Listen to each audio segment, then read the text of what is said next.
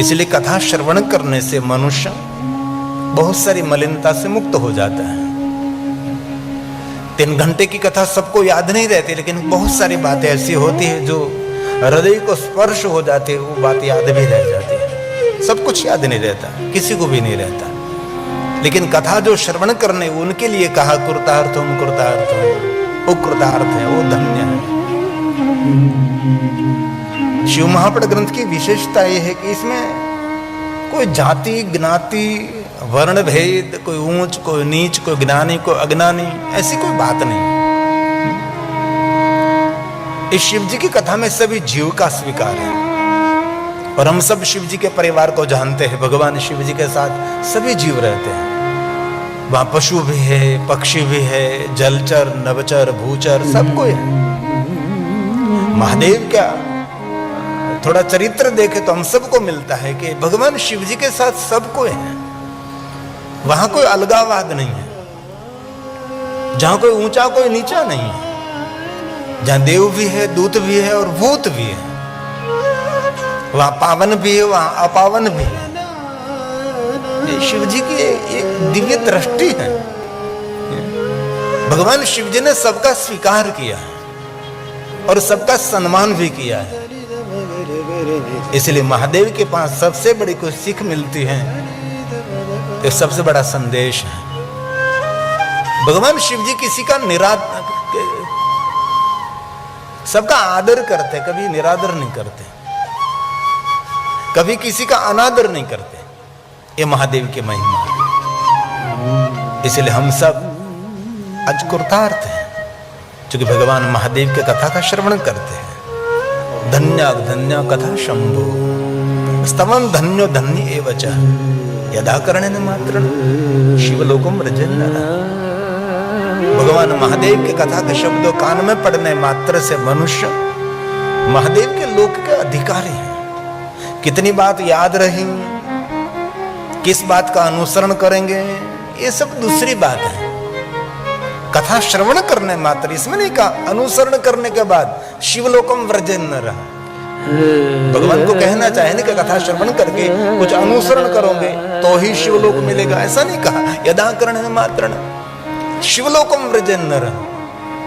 कान में शब्द पड़ने मात्र से मनुष्य भगवान महादेव के लोक के अधिकारी है।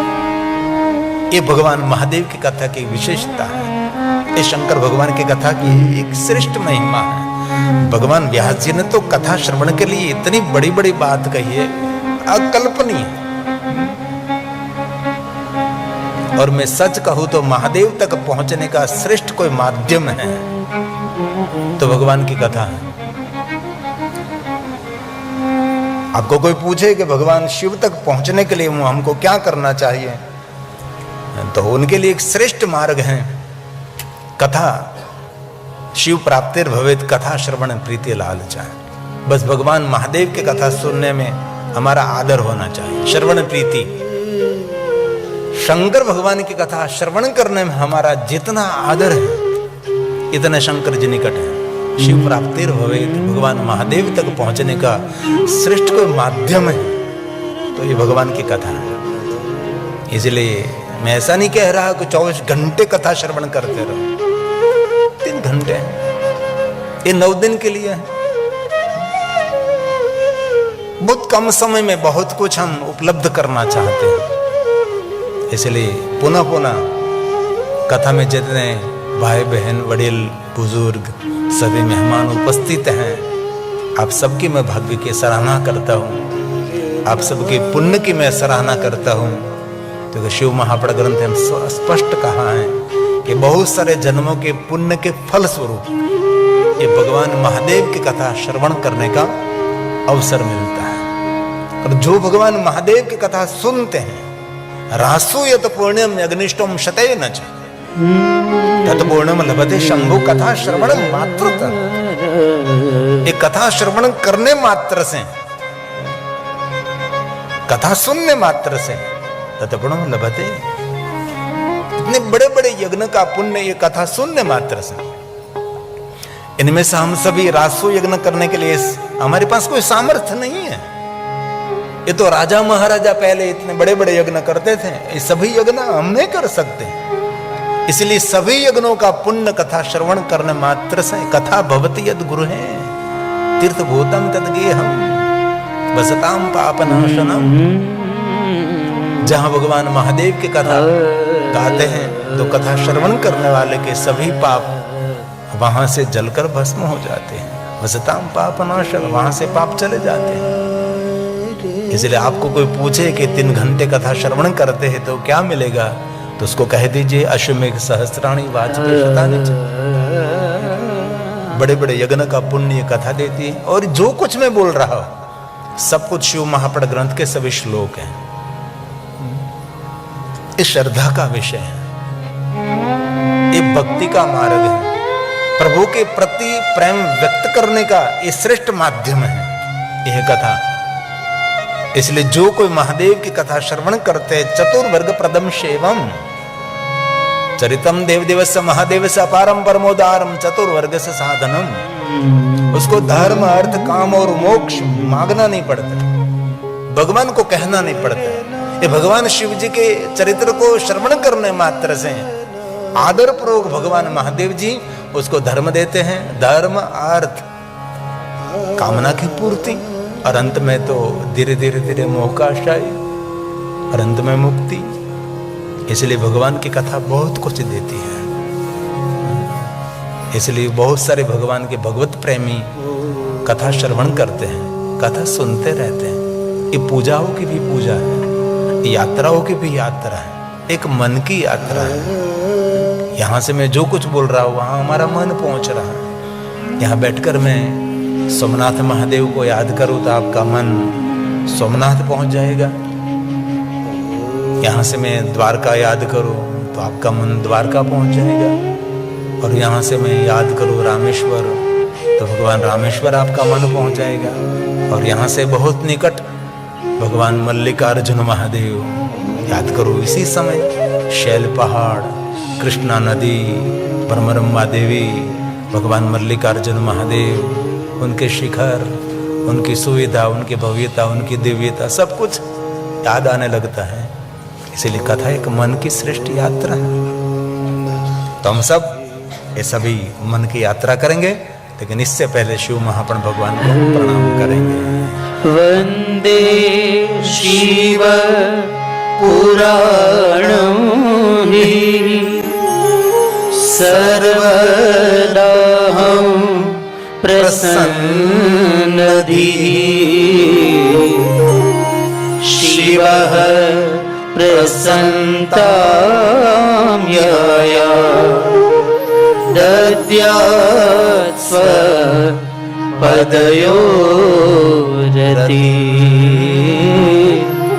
दद्यात् स्वपदयोरति। हे महादेव जी, आपके चरणों में प्रेम समर्पित करते हुए बहुत आदर के साथ आपका वांग में स्वरूप शिव महापण भगवान को हम प्रणाम करते हैं, ऐसा भाव व्यक्त किया है। तो कथा प्रयाग तीर्थ में शौनक आदि महात्माओं और भगवान महर्षि वेदव्यास जी के सद शिष्य जो कथा के गायक हैं,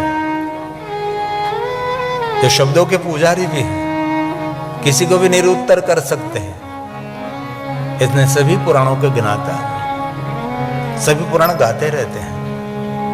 आज प्रयाग तीर्थ में सभी महात्माओं ने सुत पुराण का बहुत आदर किया है। हे भगवान महर्षि वेदव्यास के सद शिष्य, हे सुत जी, हम सब भगवान महादेव के बारे में कुछ श्रवण करने की जिज्ञासा रखते हैं। आपके पास से हम कुछ सुनना चाहते हैं। और बहुत सारे ग्रंथों की कथा तो हमने श्रवण की, लेकिन अब तक शिव महापण ग्रंथ में हम संतुष्ट नहीं हैं। अभी और कुछ सुनना है, बहुत कुछ सुनना है, महादेव के बारे में हम सुनना चाहते हैं। तो ये कथा अब प्रयाग तीर्थ में प्रारंभ होने जा रहे हैं। तो एक श्लोक में हम प्रयाग तीर्थ को भी प्रणाम करेंगे, जहाँ गंगा, यमुना और माता सरस्वती विराजमान, जहाँ कुंभ नहीं है, जहाँ महाकुंभ लगता है। ऋषि मुनियों की तपस्थली है, भारद्वाज ऋषि की सुंदर तपस्थली, जहां भगवान की कथा का सुंदर संवाद हुआ था। ऋषि मुनियों की प्रिय भूमि ये धर्म क्षेत्र है। ये शिव महापड़ ग्रंथ का श्लोक है। धर्म क्षेत्र है, महाक्षेत्र है, सामान्य क्षेत्र नहीं है। प्रयाग तीर्थ सभी तीर्थों का राजा है, सभी लिंगों का राजा महाबलेश्वर है, चक्रवर्ती लिंग है। सभी तीर्थों के सदगुरु पुष्कर तीर्थ हैं, जहां ब्रह्मा जी विराजते हैं। सभी लिंगों में सेनापति महाकालेश्वर है। इसलिए सभी पुराणों में महापुराण कोई है तो भगवान महादेव का पुराण शिव महापुराण है, और सभी तीर्थों में कोई महातीर्थ है तो यह है प्रयाग तीर्थ। इसलिए प्रयाग तीर्थ की वंदना। धर्म क्षेत्रे महाक्षेत्रे गंगा कालिंदी संगमे प्रयागे परमे पुण्ये ब्रह्म लोकस्य वर्तमनि ब्रह्म लोकस्य वर्तमनि। ये ब्रह्मलोक का मार्ग है प्रयाग तीर्थ, कोई सामान्य तीर्थ नहीं, सभी तीर्थों का राजा है। सभी तीर्थों बार बार करे, लेकिन प्रयाग तीर्थ एक बार करे। सभी तीर्थों का पुण्य देने वाला कोई तीर्थ है जो प्रयाग तीर्थ है। वहां भगवान महादेव के बारे में सुंदर संवाद का प्रारंभ होने जा रहा है। हम प्रयाग तीर्थ में जब कथा गाने के लिए गए थे तो हमने एक प्रयाग तीर्थ के बारे में सुंदर एक कीर्तन की रचना की थी, जहाँ वैणी माधव है, त्रिवेणी संगम है, जहाँ ऋषि मुनियों की तपस्थली है, जहाँ लेटे हुए हनुमान है, जहाँ गंगा यमुना और माता सरस्वती का सुंदर संगम है। पुण्य नहीं देता ये तीर्थ, ये तीर्थ महापुण्य देता है। इसलिए ये सुंदर उनके बारे में हमने भगवान की एक सुंदर स्तुति की रचना की। गंगा यमुना सरस्वती संगम गंगा यमुना सरस्वती संगम पावन तीर्थ प्रयाग पावन तीर्थ प्रयाग गंगा यमुना सरस्वती संगम गंगा यमुना सरस्वती संगम पावन तीर्थ प्रयाग पावन तीर्थ प्रयाग। तीर्थराज की महिमा न्यारी तीर्थराज की महिमा न्यारी ब्रह्मलोक का द्वार ब्रह्मलोक का द्वार पावन तीर्थ प्रयाग पावन तीर्थ प्रयाग।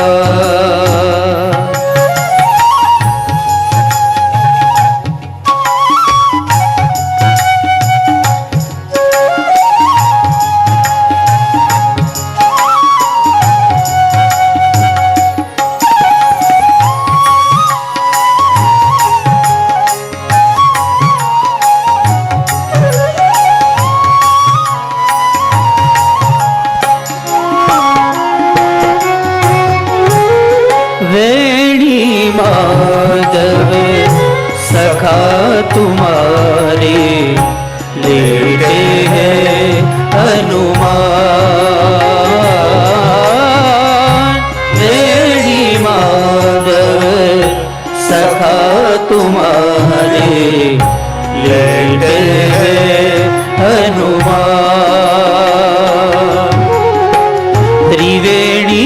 संगम साधु संत जन त्रिवेणी संगम साधु संत जन करे कुंभ का स्नान करे कुंभ का स्नान पावन तीर्थ प्रयाग पावन तीर्थ प्रयाग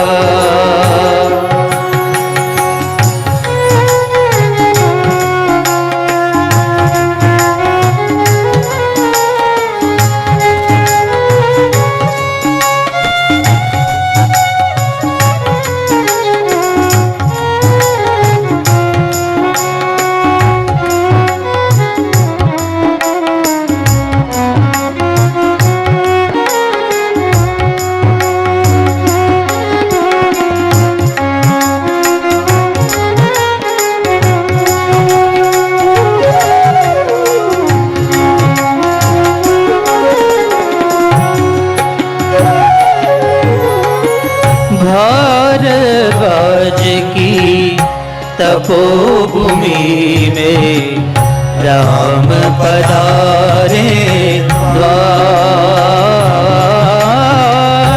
भारद्वाज की तपोभूमि में राम पधारे द्वार सुत सौनकादि ऋषि मुनियों की सुत सौनकादि ऋषि मुनियों की कथा भूमि को प्रणाम कथा भूमि को प्रणाम